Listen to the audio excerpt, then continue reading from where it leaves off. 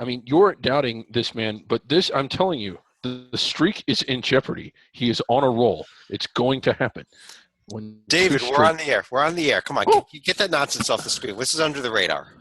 well, I mean, don't doubt it. This Uh, man's going to do it. Good evening, everybody. Welcome back to Hoops HD. This is our Under the Radar podcast. I'm your host, Chad Sherwood, joined over there by David Griggs. John Sleeka, once again, not with us, David, tonight for What? the week. Oh, why not? Well, I don't know. I thought he was normally with us, isn't he? Well, That's not true. I'm here tonight. Oh, he is here. Oh, Who wow. invited him? Sleeka, welcome back. John Sleeka joining us as well. This is our Under the Radar podcast where we talk about the teams that are not on the radar. John, since you are back with us and you missed last week, you get the task of explaining to everybody exactly what it means to be under the radar. Well, Under the Radar is going to cover all the conferences outside of the Power Five, along with the Big East, the Atlantic 10, the American, and this year the West Coast Conference. So this year we'll be including the Mountain West along with the other conferences that are traditionally under the radar. And the second qualifier is you cannot be in the top 25. So this week we say goodbye to Wichita State as they moved up to number 25 in both of the major polls. Yeah, and for the first time all season, actually, we have a team ineligible under that criteria, David, in our what is actually going to be our season finale of Under the Radar tonight. Yes, you're not getting rid of us. It's just that championship week begins Monday, and we'll be coming to you every night starting Sunday until really the end of the Final Four. That is correct. Every single night we're going to have podcasts beginning Sunday night. We'll actually be back again tomorrow night with our bracket rundown show. But after that, beginning Sunday night, we'll have our championship week video notebooks every night. We'll also have a few bracket rundown shows in there. So we got a ton of podcasts to come, in fact.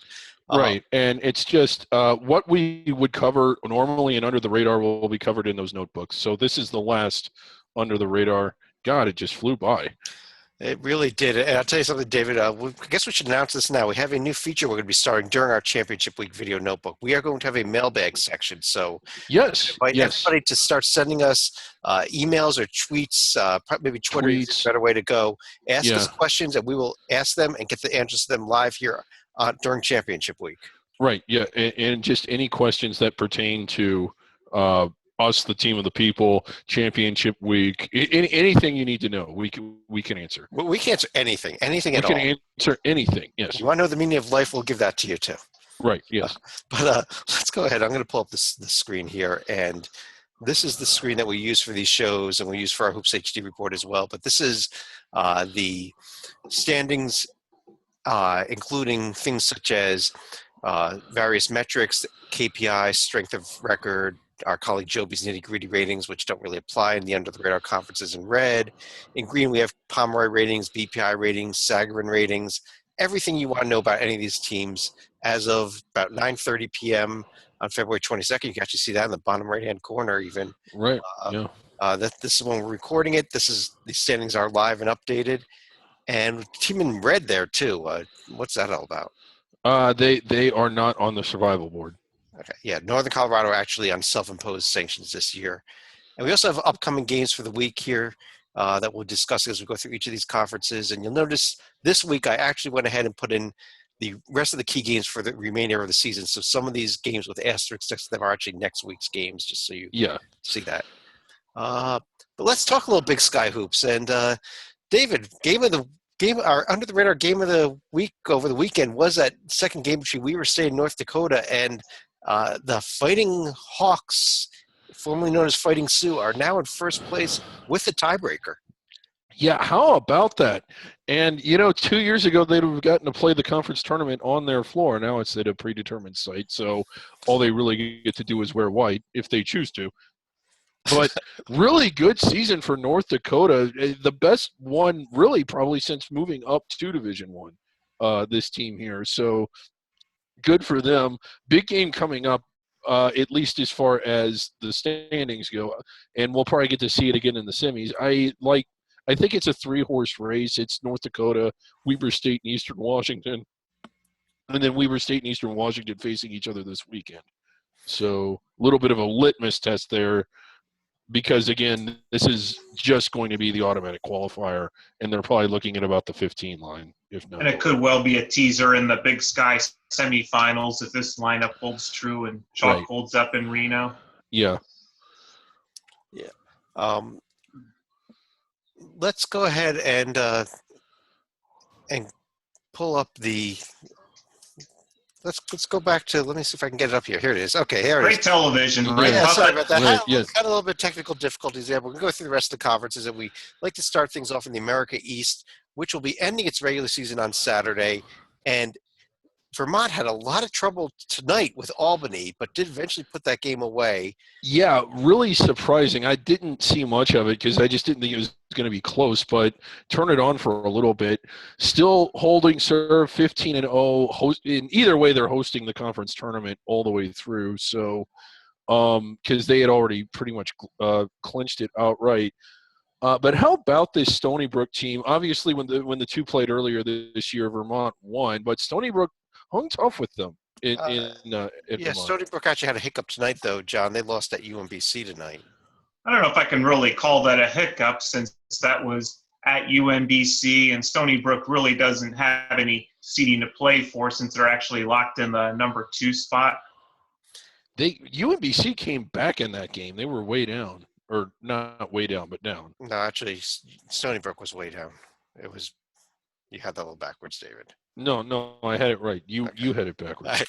You and your fake news. Huge game actually coming up Saturday in terms of seeding UMBC and the Team of the People. If the Team of the People wins, they will be guaranteed a home game, maybe even up to the 3 seed now with the way with Albany's loss as well. Yeah. So look at that Hartford Albany game. Should Albany get upset, that could also factor in who gets those 3rd and 4th seeds there in that 3-way battle. Yeah, big weekend as far and again, this is the way it should be. Even though the top of the standings have been decided, it's still stakes games all the way through because home court advantage for the quarterfinals and well, not so much the semis, but the quarters still up in the air. For the quarters, for the semis, especially with this conference does reseed in the semifinal round, and if there is an upset of Vermont or Stony Brook in the quarterfinals, you could get that second home game as well. I don't think we need to worry about the Black Bears going into Vermont and winning. Watch out for the Hartford Hawks, though. Yeah. Well, yeah. I mean, I think the only upset that's going to be possible is going to be the 4-5 game, and that won't be much of an upset. But right. Then again, ask Albany last year. Like the pressure really on Hartford here. They might be the only team in the state of Connecticut to reach a conference semifinal. Oh, you're selling Sacred Heart a little short there, David. Right. I hope Lido Vecchio is watching. Let's jump over to the Atlantic Sun. This conference tomorrow night is the season finale for the Atlantic Sun. We will have sometime late tomorrow evening on our conference tournament page on the website the first conference tournament brackets of the season. Wow, can you believe that? It's hard to believe. Hard to believe that it's starting on Monday. So again, we'll have the quad screens up watching all 4 of these. It's kind of a tradition. This is normally the conference tournament that kicks it off. So starting a day early, I don't know how I feel about that. I kind of like the Tuesday, Thursday, Saturday, but they've opted for Monday, Wednesday, or Monday, Thursday, Sunday. And John, still a lot to be decided in this conference. The Gulf Coast has not yet clinched the top seed here. There is a tie. If they lose and Lipscomb wins, there's they go to further level tiebreakers. There's a chance Lipscomb can get the top seed. And there's the battle for 3, 4, and 5 there to see the 2 home teams there, 3 and 4. Yeah, I'm a little more focused on that 3, 4, 5 race, although as we saw last year, there were quite a bit of upsets in last year's Atlantic Sun tournaments, but NJIT, for example, not trending in the right direction. I don't think we're going to get another miracle run out of Stetson like last year, even though they are eligible for the tournament this year. At least they'll be playing for themselves this year, not playing for North Florida like they were last year. Right, yeah. What a scene that was. We always talked a little Big Sky, so let's skip over them and head over to the Big South, where yes. UNC Asheville got the huge win over Liberty and is now in sole possession of first place. 2 more games left here. They will be playing at Gardner-Webb Thursday night, hosting Liberty on Saturday. Actually, they beat Winthrop, didn't they? But yeah, they did. They got the big win earlier in the season. That was a little bit earlier. But still a three-way race. I don't think Liberty's going to make it, but it's Asheville's conference to win, and if they win it, they're hosting it. And the big obstacle there is Winthrop, and they've beaten Winthrop at home. So you got to like that they're in the driver's seat. And, Winthrop Winthrop likes winning this conference when home court advantage is not on the line, I've noticed. That's a shame, though, because I was really looking forward to the madness of Bowie's Creek again. I guess that was just a one-time thing. Well, actually, you may get a little bit here. The first round games are hosted at the conference sites of the higher seeded teams. So Campbell looking like they will host either a 7-10 or an 8-9 game. So you could get one game there. Yeah. But Liberty, actually, just to mention them, 13-3. Their 3 losses are once to Asheville and twice to Winthrop, with one more against Asheville to go. Yeah, with one more against they've Asheville. Everybody else. They've swept everybody else. So that's kind of impressive in and of itself there. Right. Let's head over to the Big West, one of our favorite conferences when we talk about teams that are on their way to Dayton. Every time you turn around, you see Irvine lose, you see Davis lose as well. It's like these teams are trying to keep pace with each other, I think. Yeah, I mean, it is a weak league that no one managed to run away from. And again, this is the weakest the Big West has been maybe in its entire history. You see Irvine, you see them there in first place, probably the best team in this conference. But when you look at the parity, Davis has had a really good year. We talked about what a good story they were, and Jim Lesson, how he's turned them around, and I don't think they've won a game since we pointed that out. Long Beach coming on a little bit strong here, but even they kind of dropped a game this past week. I forget who it was too. So I don't know I think I'm going with Santa Barbara to win this league. It would just be so fitting. This week I want to at least focus on one team that we haven't really mentioned all season, and that's Cal State Fullerton. Actually got to see a bit of their game against UC Davis, and they actually won over in Titan Gym. So at least they're getting in line for at least wearing white in the first round of the Big West tournament in Anaheim. In terms of the top seed, it may come down to the final day of the season here on not this Saturday, but the following Saturday. Davis and Irvine will be matching up against each other. So, although who knows if Long Beach wins a few, they might have a three or 4-way battle there by the time we reach that game.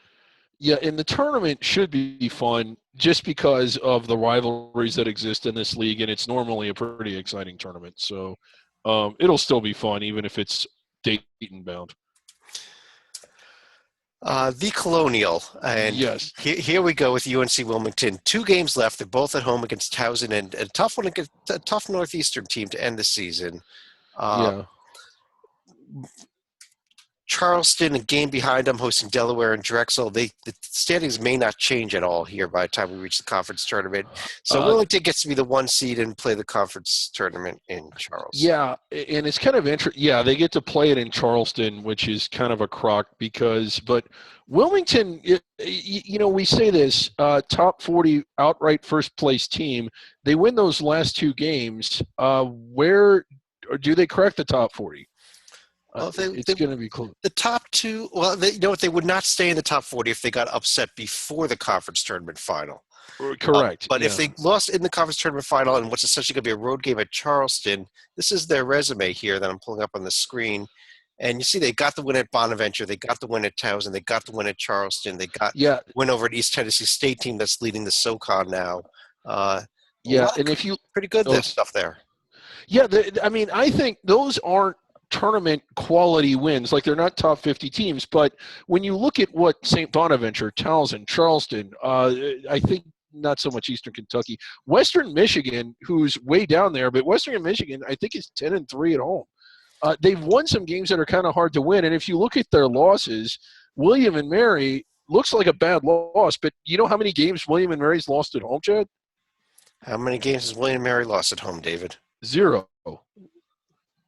Well, so, how bad do you ding them for losing a game in a place that the home team's never lost at? And I'm starting to think, I don't know if you saw my brilliant analysis that I posted today, but it's the most brilliant thing that's been on Hoops HD since the last thing I posted. But I mean, it's just pointing out that Wilmington's won some games that are hard to win, and if you look at them closely, they're pretty good. Now, another thing about this Towson team, Pat Scarry inherited a little bit of a mess, if you consider winning the Centenary a mess, and there is no bigger mess than that. He's done really well, and they are smoking hot right now, just blasting it. And one of the games they did win was they won at Charleston, didn't they? Let's pull up their profile and take a look at it. They actually have a game at Bill and Mary coming up on Saturday, so that could be a test for Bill and Mary to remain undefeated at home, right. as you just mentioned there. But they beat Charleston at home. They did not win on the road. Okay, they did not win at Charleston. It must have been close then. They lost at Charleston by 5. Okay, that's right. I don't know why I can't seem to remember. Okay. Memory just goes sometimes. But that would be an interesting semifinal game that if the chalk holds there. All right. Well, John, let me throw the next conference over to you here, and which is Conference USA, with another team that I think all three of us agree belongs in, as long as they don't suffer a bad loss the rest of the way. Well, sometimes that's going to be easier said than done, but when you look at their upcoming game against UAB, that's not going to be an easy one for them to win, even against a depleted Blazers team this season. Well, I don't think Louisiana Tech is really going to. Yeah, UAB is fading fast. And again, like this Louisiana Tech team's been playing pretty well, but UAB did beat them, of all things, in Birmingham, and the tournament's in Birmingham. So, how about that? I mean, I hate to play hypotheticals, but if Middle Tennessee loses to anyone other than Louisiana Tech in the final, how damaging is it? I mean, there's a couple other decent RPIs. If you look at Louisiana Tech at 122, Marshall's at 126. You got a 132 from Old Dominion. I think a couple of those other teams would be okay if it's a finals loss to them. But if they get upset by a Western Kentucky, who's a sub 200 team, a UTEP who is red hot but still at 258 in the RPI, those will hurt. I mean, you could probably do a Geico commercial for Western Kentucky, because upsetting people in conference tournaments, that's what they do. Oh, true. I think UTEP's jumped 50 points in the RPI in the last week and a half, and they're still 250. I did note the coming up games here Thursday night, both North Texas and Florida Internationals games. I noted them because these are two teams that are on the verge of elimination of the survival board. They could be possibly eliminated tomorrow night. They need to lose and have about 4 of the games all go their way. But so we're going to be rooting for them to come off the board in the next days. More likely this weekend for both of them, though. Yeah. So in other words, we're not going to have elimination games at Bartow Arena as opposed to the downtown arena. No, it's last year they opted to take all 13, and they failed because they did not do a quintuple header, and I'm still very, very bitter about that. No, it's only the top 12 this year. Yeah, it's only the top 12. So. Okay, let's head that's right, because Southern Miss was ineligible last year. Correct. Yeah. Yeah. Over in the Horizon League, David, Valpo, despite getting swept by Oakland badly both games, still a game up on them. Obviously, cannot win that tiebreaker, though, with the sweep. Right. So they need to win out in order to preserve it. They go to a Wright State team that's been hot and cold this year. But if they get that one, it's theirs, isn't it? That and at no, they got two more. Two left. Yeah. So it's going to be a little bit of a challenge here, John. Those are actually two tough teams, two places to win. They also lost badly when they went to Green Bay. So do you think Valpo can win both those games? Valpo can win both of those games, but even Oakland, it's not going to be easy winning at Green Bay. But if you look at Northern Kentucky and Wright State, you want to talk about hot and cold in one game. NKU has had a couple comebacks this year against Milwaukee and now Wright State, where they were down double digits in the second half. So you can never count out the Norse. Let's hop over to the Ivy League, where along with Vermont, there's Vermont, Gonzaga, and Princeton, the 3 teams that remain undefeated in their conference play.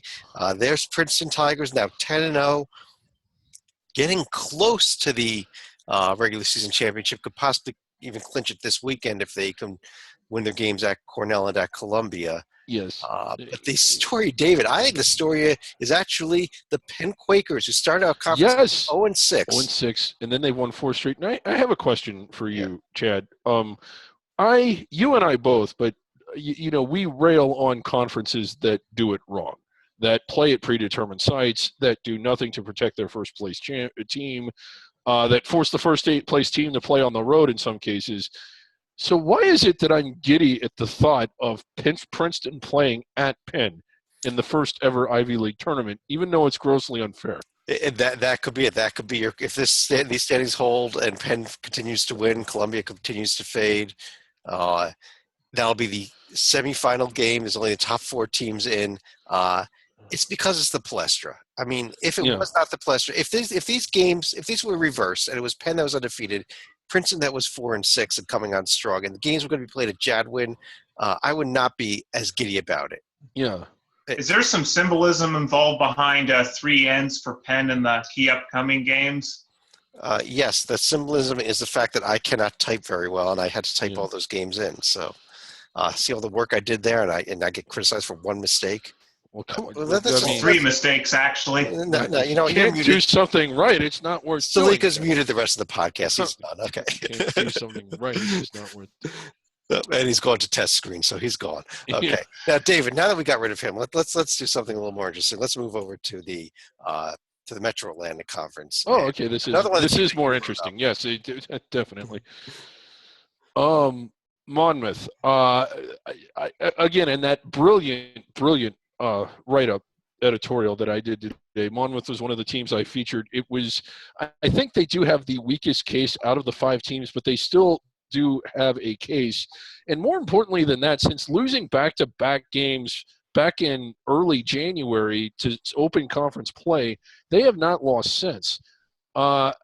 January 2nd was the last game that they've lost, and they've avenged both losses. They've already clinched first place. If they win out, even with those 2 losses, is it safe to say that they dominated this league? And if they dominated the league, don't you kind of have to overlook those losses a bit? You got to look at that winning streak. They've got 2 regular season games left, Siena at home, Iona on the road. You got to assume also that they got to win their quarterfinals and semifinals in the Metro Atlantic tournament.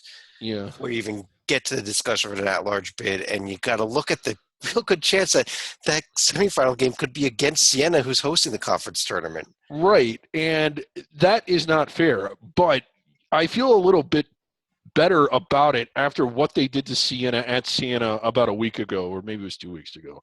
They clobbered them. Monmouth is really on a roll right now. I thought if they didn't deserve to get in last year, they were certainly more deserving than a few of the teams, and 2 in particular that were selected, Tulsa and Vandy being those 2.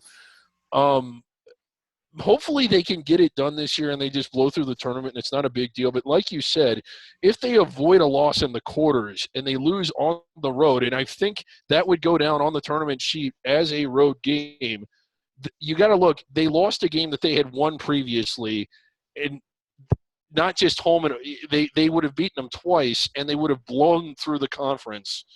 I think that if you like them going into that situation, you have to like them after that situation, because if they win, all they're doing is repeating what they've already done. And if they lose, oh, well, they've already beaten them. Well, Salika, you're circling the tempo column for us for a reason here. I'll unmute you and let you talk about it. I'm circling this because you've probably noticed 9 out of the 11 teams in this conference are actually in the top 125 nationally. I appreciate the effort by St. Peter's to try to sandbag with their number 349 ranking, but it's not going to be enough. Also, one more comment here, David. Tomorrow night, Friday night, it's not a crucial, but it's one of our favorite under the radar rivalries, Manhattan and Iona. Coming up. Great one. And Tim Cluse is hosting this one. Yes. One of the best under the radar rivalries. And second week in a row. Last week we had Kent and Akron, which is another great one. Speaking of Kent and Akron, here's the Mid-American Conference, and those are 2 teams that will be playing not this Friday, but next Friday for a second time. Right. But Salika, Akron loses again. And again. Yep, I mean, one was Kent State that we mentioned.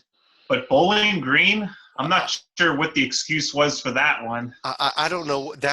I'm still mystified by the fact that they went, I think it was last night, and lost the game to Bowling Green. It was last night. Yeah, it was. At the Stroh Center.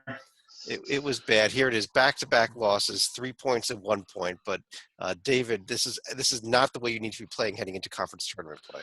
No, and this was a team, although I don't think it would have been enough, that we were thinking had a shot at getting an at-large, a very outside shot. But again, it was kind of a momentum killer. And I realized losing at home, of all places, to your rival when your rival's having a down year is a bit of an ego bruiser. But Bowling Green is not good at all. Like, there's almost no excuse for that. Yeah, I would have said they were the second worst team in the conference, maybe behind Miami. Now, Eastern Michigan's down there too. I actually think Eastern Michigan's a better team than Bowling Green, though. Yeah.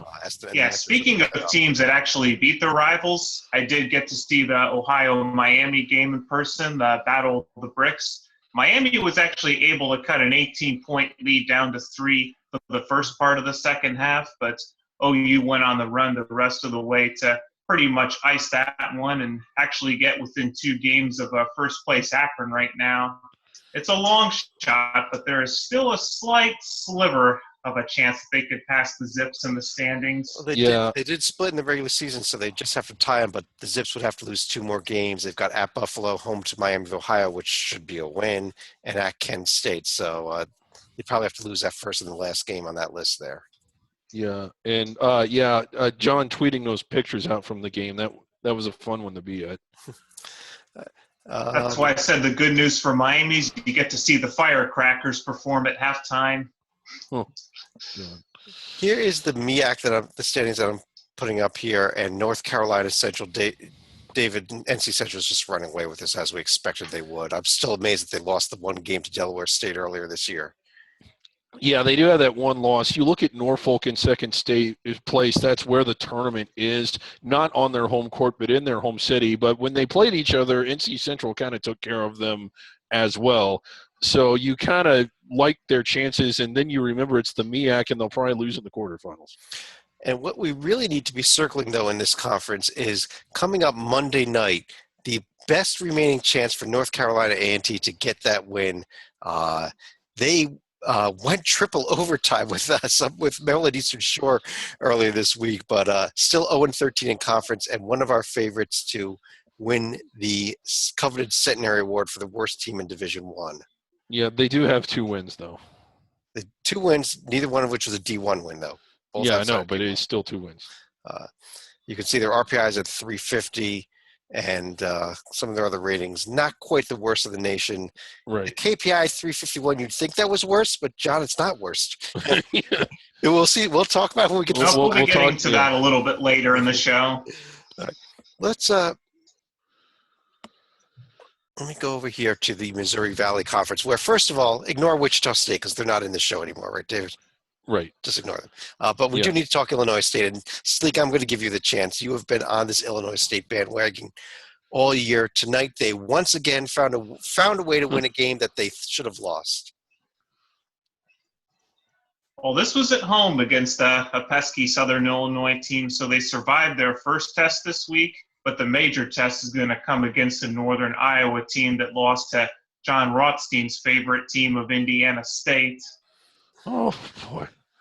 Oh, my God. I was wanting to come on here and talk about how well Northern Iowa has played in the second half of the year, and then they go and do something like that. Yeah, and it's we've got some interesting battles for seeding here, but in the end, it's all played in a neutral court, so it's not going to matter much. Right. And given that the four first-round teams, 7th through 10th place, are pretty much locked in already. So, and given that home teams no longer want to wear white, who really knows what's going to happen in the tournament? Yeah. Let's go ahead and jump over right now to the Mountain West, our newest addition to Under the Radar, where right now Colorado State, as we record this at least, is half a game up on Nevada and Boise, and it's really turned into a pretty good 3-team battle here, David. Yeah, it is. And again, they didn't do it right, but they have an excuse. They're new to Under the Radar. So the conference tournament at a predetermined site, this conference used to getting its first place team in without too much trouble. Colorado State and Larry Eustachy, they had that stuff come out about a week or two ago that was a little embarrassing. They lost 3 key players at the midway point due to various reasons. How about this coaching job by Larry Eustachy? Because they started off, they really hit a down skid. I know they've lost 4 games in conference, but I think they've won 11 of the last 12 or something like that. Just a really good job by that team to rally, considering everything that's gone wrong there. And then you have Nevada, who's had absolutely nothing gone wrong, and they're still losing. Yeah, We've had a couple commenters weigh in on Colorado State and why we haven't been choosing them as opposed to Nevada or Boise State. I believe they've been swept by Boise so far, but as you can see, the game I've highlighted towards the end of the year, they will be playing Nevada in the Mountain West finale. Yeah, I'll pull up the Colorado State profile here, and John, so we'll take a little closer look at it. There they are. They were swept by Boise. They did win at New Mexico. They have not played Nevada yet. They're only going to play once this year, and they are red hot here. If you look at this, what's it? 8 out of 9 games that they've won, right? Including the sweep at Wyoming and at New Mexico. So Colorado State definitely playing very well. My problem is that if I have to choose one of these 3-4 lost teams, I kind of look beyond that at some of these metrics, and that's where I go with Nevada. And yeah, I mean, I didn't realize people were asking about that, but if you want to know why, that's why. All things considered, they're not even in first place outright, so you got to kind of break the tie with some people with clearly better metrics. But Colorado State having a good year despite everything that's gone wrong. Yeah, unlike Nevada, actually managed to win a game against Fresno State, so congratulations. Yeah. Right. If Nevada wasn't in this picture and was Colorado versus Boise, I could see the argument for Colorado State there, but Nevada's metrics are so much better than either one of the other twos, and that's what I kind of look at. Let's figure out where we left off. How about over the Northeast Conference? We're down. We've got the final 8 teams. We just got to get some seeding questions answered here, especially who's going to host the 4-5 game as we head into our final games tomorrow night and Saturday, David. Right. And can the Blackbirds catch Mount St. Mary's? I don't know. I suppose if they win too and Mount St. Mary's wins too, but most likely it's going they could, because they actually play head-to-head Thursday night, so that could not to get there. But Mount St. Mary's would have to lose at home to SFBK in the regular season finale. So that's not going to happen. And SFBK not wanting to help out their rivals anyway. So, but this should be an interesting conference tournament. It's going to be one of the first ones we discuss next week in the championship week video. And it's always one of the funnest ones. Mm-hmm. So. Stalika, over in the Ohio Valley Conference, 3 out of 4 eliminations have taken place already. Austin Peay playing at UT Martin tomorrow night. Should they lose that game, the field will at least be set. But we got a lot of seeding questions left here. Yeah, I mean, it was last year about this time where Austin Peay actually sneaked in as the 8th and final seed and actually made a 4-game run through the Ohio Valley ladder. But I believe they had to win their final 3 games of the season to do that. They did. Yeah, they did. It was that remarkable. Essentially, they won 7 games to win the conference tournament, and then they won the game in Dayton, didn't they? Yeah, I believe so. Or did they go right into the round of 16 or 64? No, they did play in Dayton. Okay. But outside of one hiccup by Belmont against Tennessee Tech, I don't see them losing again this year, at least in the Ohio Valley. I agree. Yeah, and David, how about Belmont, though, up top there? Really good. They've run roughshod over this league. When you compare them to other top-notch under-the-radar teams as far as are they on the bubble or not, they just aren't there. And just to clarify, Austin Peay actually avoided Dayton. They played Kansas in the round of. Yeah, I knew they played Kansas, but I didn't remember if they played somebody before. Okay. Yeah, it was Holy Cross that made an incredible run in the Patriot League and won a first 4 games. Okay. As well. Yeah. The big battle, though, in terms of the seeding in this conference tournament, it is a ladder format, and the 2 seed goes to the West Division champion. We got a 3-way tie here at 8 and 6, so we're gonna have a real interesting battle these last 2 games coming up this week for that. Right, who wins that? And UT Martin really turning things around as a program here in recent years after being pretty close to centenary bad not that long ago. So And if Good you look for at the them. games here, Murray State and SEMO play tomorrow night. Murray State and UT Martin on Saturday, so they all playing each other head-to-head too. So Right. Even So SEMO is kind of impressive to be in this position because usually they seem like they're one of the first four programs that get eliminated before they even get to the conference tournament in Nashville. yeah, they certainly have been before. I'll just quickly mention SIU Edwardsville, winless in conference play with only one game left. It's not even on the schedule there, but one game left. Should they lose that, they will finish and they'll be done, and they will not win a game in conference play. Them and North Carolina A&T, the only two teams without a win. Yeah. Patriot League. David, we're now suddenly have Bucknell pulling away again. Yeah. And you again, Lehigh, despite all of that, losing close game after close game and being real schizophrenic, now up in second place or tied for it anyway, with a chance to host until the championship game. And if somebody beats Bucknell, they'd host that as well. But And I John, think that I Okay. like that. Bucknell and Lehigh would be fun if they ended up meeting. John, talk about two teams going in opposite directions. I think we got to mention both service academies. Navy, I believe, has now lost 3 straight, while Army has been red hot, including beating Boston University tonight. It's almost backwards what they've been doing the last week or two here. I mean, how can you mention Army's wins and not mention their comeback at Navy? Well, that's where it all started. But tonight they beat BU, while Navy lost to American tonight. Yep, not a good sign for the Middies. Not for a program that was actually second place a couple weeks ago. And now we've offended David because now he ran off. I needed to change the television. The game that was on it was not acceptable. Okay. David, I'll bring up the SoCon here, and we just saw tonight a real good game, an overtime game. East Tennessee State did hold on at home over Furman. Now controls their own destiny for the top seed, although that would include having to win at Greensboro on Monday night to end the regular season. Yeah, and if you look at the top 4 here, there's a pretty strong divide there. If the chalk holds serve, it would be pretty much be exciting from the semifinals on. John, I think what's that? Yeah. I love John's playing games. I'm going to have to mute him. Oh, okay. Yeah.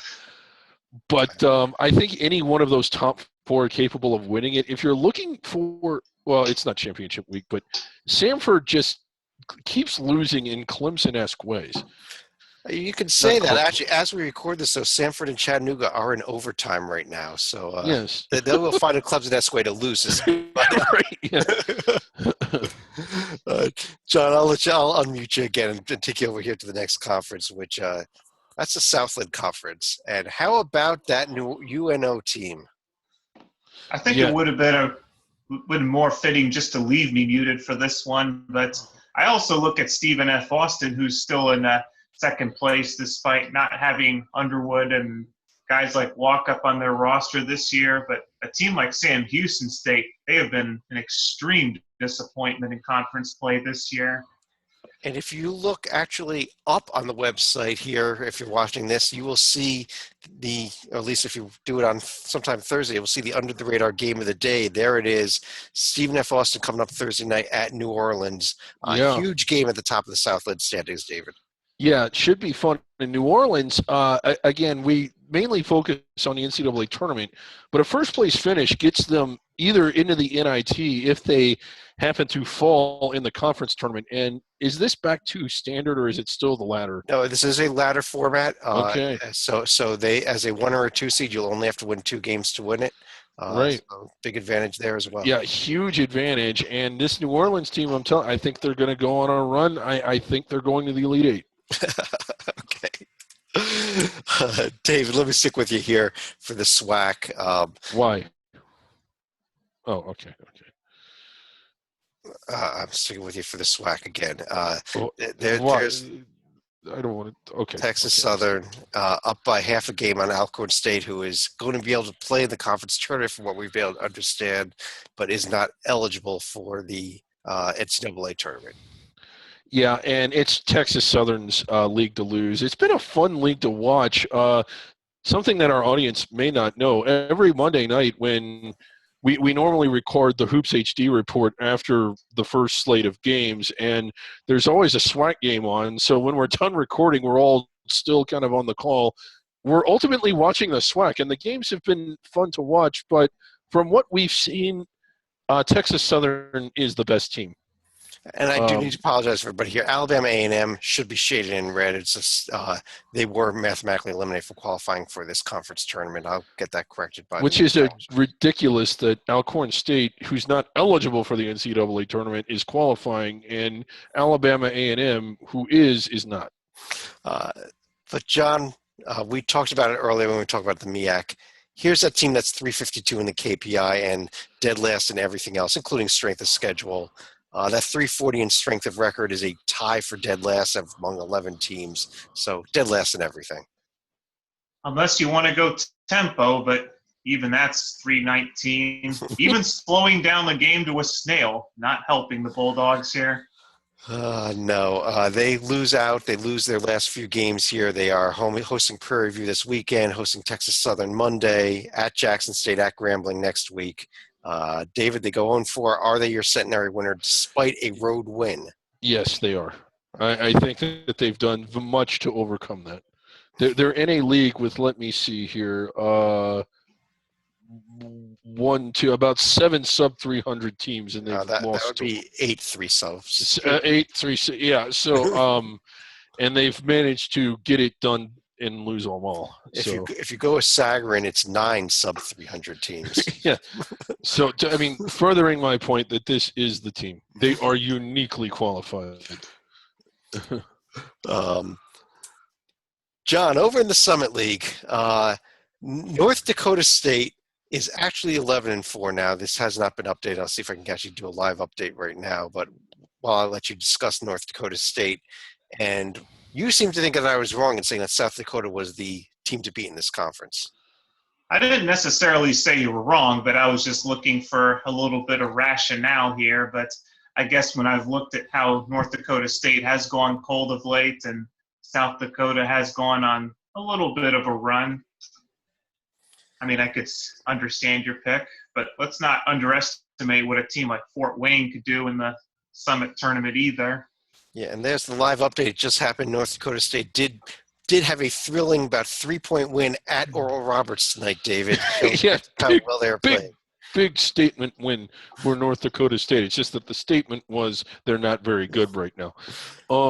South Dakota getting this in their home state a little bit. They're like, if you believe in streaks, they've got more momentum than North Dakota State build up right now. I don't think it's a crazy pick to think that South Dakota can win this. But could this be one of those rare years where two teams from the Flickertail State both make the NCAA tournament? It would be something. Flickertail State. Huh? If Dan Rather says that's what it is, it must be true. Yeah. Okay. Well, we're learning new things every week here. The Sun Belt. And David, I want to give you this because you wrote that piece, and I completely agree with everything you said in it, which is very rare for me about this Texas Arlington team.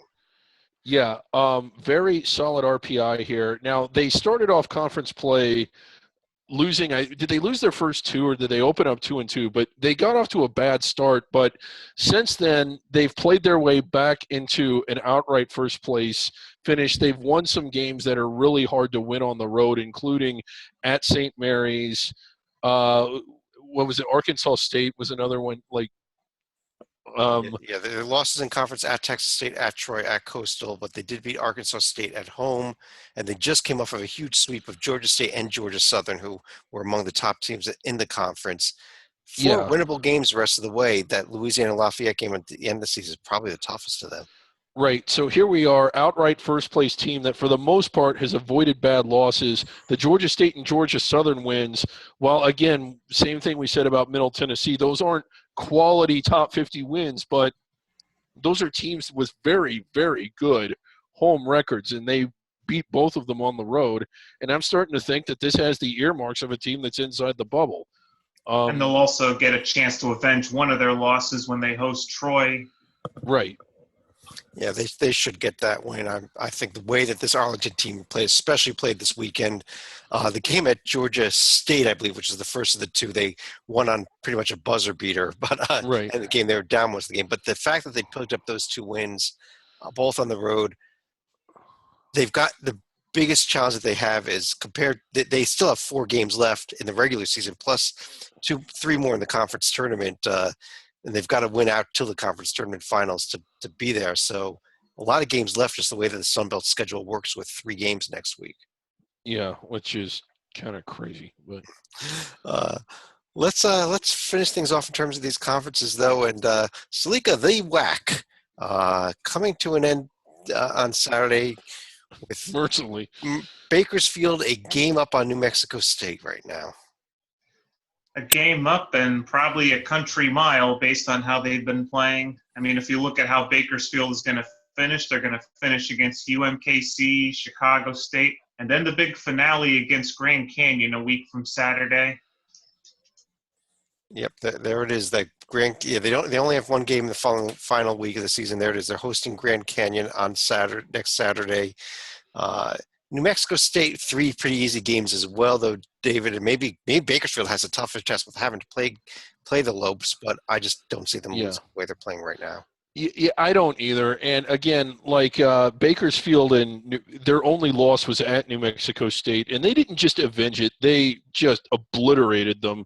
If this were soccer and it was an aggregate, we would have called Bakersfield winning over New Mexico State a blowout, because I think they lost there by about 5 or 6, and then they won at home by about 26 or something like that. Yeah. I know the tournament is going to be played in Las Vegas, but I think we could at least make one concession for Bakersfield, and that's allow them to bring their floor with them as the top seed. No.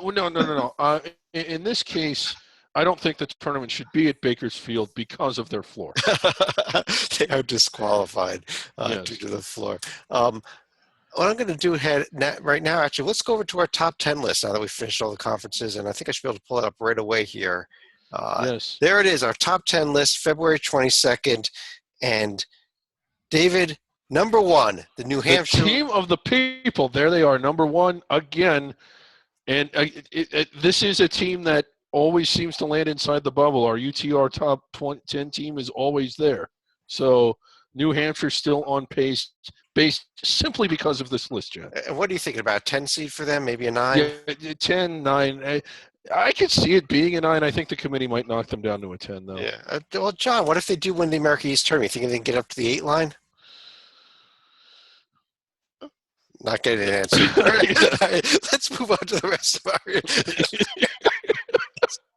He's not taking it. All right. Number 1 is that Middle Tennessee team. I really think that this team, as long as they win the rest of these regular season games, is in. I think I agree, and they pretty much have to be. They do have the loss at UTEP, and UTEP has an RPI somewhere around 1,000. I mean, it's just really bad. But did you realize we didn't cover this when we talked about Conference USA? UTEP is 9-1 in their last 10 games, or something ridiculous. They're just really hot right now. They are red hot, and their RPI is actually going from about 320 all the way up to about the 250s now. Not that it makes too much of a difference. Right. It's to go up 70 points the RPI in February is actually a big deal. Yeah, no.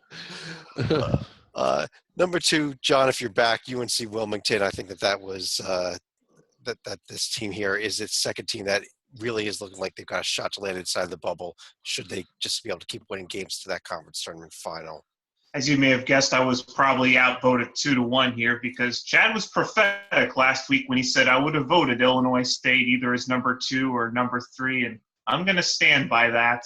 I would not have. They are number 3 overall. Whoa, I would have had them higher than I had. several spots lower. I do not like this profile. I do not like the way they are playing. They are winning games. I give them credit for that.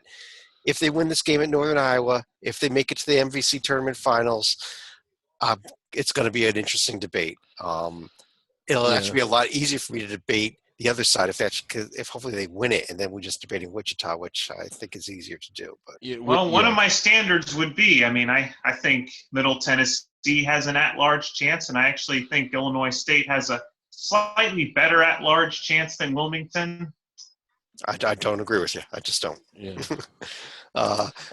Number 4 team that we all agree also has an at-large chance here, and I would argue is a better chance, David, than Illinois State's is this Arlington team. I wouldn't have until yesterday. And again, I think they have a better chance in our field. I don't know how the real committee is going to evaluate them. I don't know if they're going to – I mean, I've sent them my article, obviously, but sometimes they're just not privileged enough to understand the brilliance of my analysis. Let's go to number 5 is Monmouth, who we like, but it's probably – it's a stretch to get it if we want to talk at-large bit here. But I think there's a very dangerous team. They really Maybe not are. the best team, but certainly the hottest. They're one of those teams, and I kind of serious about this, to where if they win the conference tournament, I could see them right on the cut line and maybe even above it. But if they don't, they're not going to be it's kind of like one of those things that a loss in the conference tournament knocks them outside the bubble, but if they win the conference tournament, they're going to land inside of it. Yeah, they could be like an 11 seed. Yeah. Just as a little quick score update here, we were discussing that Chattanooga-Samford game. Samford actually did not Clemson. They just beat Chattanooga in overtime. Oh, wow. Okay, so Chattanooga continuing to fade there in the SoCon, really. I forget the year, but Monmouth's trail sounds very similar to what Bucknell did when they had an 11 or a 12 seed. And if I'm not mistaken, I think that Bucknell team was being told by the committee they might have actually gotten an at-large out of the Patriot had they not won their tournament that year. They've gotten an at-large, or they've been a 9 seed before. Yeah, they were a 9 seed that year. And beat Memphis. Yeah. Number 6 is Vermont, undefeated in conference. Number 7, the other undefeated team in conference, Princeton. I don't think much of a surprise with either of those teams up there. Yeah. Number 8, we do have Nevada, the current pick out of the Mountain West, who is under the radar. Yeah. Number 9, Valpo, still hanging in the field. I did not personally vote for Valpo to be in this field, but both of you did for some reason. Huh. There's a team I voted for that's not up there yet. Let's see if they're number 10 is Yes, Belmont. there they are. Yes. Okay. I think this is weird. This is strange. Everyone I voted for made the top 10. And it's kind of funny because there were some disagreements here and a few honorable mentions thrown in as well. I'll reveal 5 other teams here that got consideration. I gave my number 10 spot to Florida Gulf Coast. This team is red hot down there in the A-Sun and has, I believe, I read the stat, they've won 9 consecutive road games at this point, which is the second longest in the nation behind Gonzaga. So yeah, one thing to look at there with Gulf Coast. East Tennessee State, the current leader in the SoCon. College of Charleston, the second place team in the Colonial. Furman and Akron also a little bit of consideration. Yeah. John, your thoughts on the list overall? So far, I mean, I don't take too much umbrage to it. I mean, I don't think I was paying quite as close attention the past couple of weeks, having Akron kind of number 10, but even with their hiccups, I felt still one of the better under-the-radar teams on the list, but I can't argue with them getting just an honorable mention this week. Yeah, I think that loss to Bowling Green really just killed it for me. I could have kept them up there with just the Kent State loss, but not with the Bowling Green loss. And that's kind of where I was with them. But let's go ahead and pull this down here. Let me run through each of you. Any other final thoughts? And Sleekala, I'll start with you. I'm going to go back to the Sun Belt Conference this week. I mean, because I think the most valuable team might actually be the Coastal Carolina Chanticleers, because last year at this time, we were having eliminations for the Sun Belt, so they would only take 8 teams. Now this year, they're going to be taking all 12, so Appalachian State last year would have been out. Good night, everyone. Oh, fun. Okay, I think there's a way that I could actually boot him out of the podcast. And are you too much to remove him? Yes, I do. He is gone. Okay, David, just you and me. Go ahead, finish up. Any other thoughts? Well, like I hope we need to bring John back, but I just hope the committee does its job when evaluating these under the radar teams and notices they do an assessment of how hard it is to win some of the games they've won, even if they haven't come against the RPI top 50 or in some cases RPI top 100. If you go to a place that's won 80% of their home games and you beat them there, that's a good win. That's at worst at least noting and considering, and I hope the committee does it. And secondly, we kind of alluded to this at the beginning. This is our final show. this is, I mean, we started doing this 3 or 4 years ago, and I think it was just me and you, and I'm just glad that we get to do this because these are teams that we enjoy watching that don't get a lot of coverage. So I mean, we're not going away. We're going to be here all through championship week, but Under the Radar is not going anywhere in future years anytime soon. No. We'll always keep doing this. We're going to keep doing this. This is probably my favorite podcast that we do. It is, yeah. It's a ton of fun to go talk at these teams, and we will be talking about every one of them in maybe even more depth than we've done in these shows. Beginning Sunday night, look for our first championship week video notebook, and every single night thereafter until the field is set. But on behalf of John Salika, who is gone, David Grace, who's still here, I'm Chad Sherwood. Thanks for joining us. He's just coming back now, but we're ending the show anyhow. Good night, everybody. We'll talk to you again real soon. All right.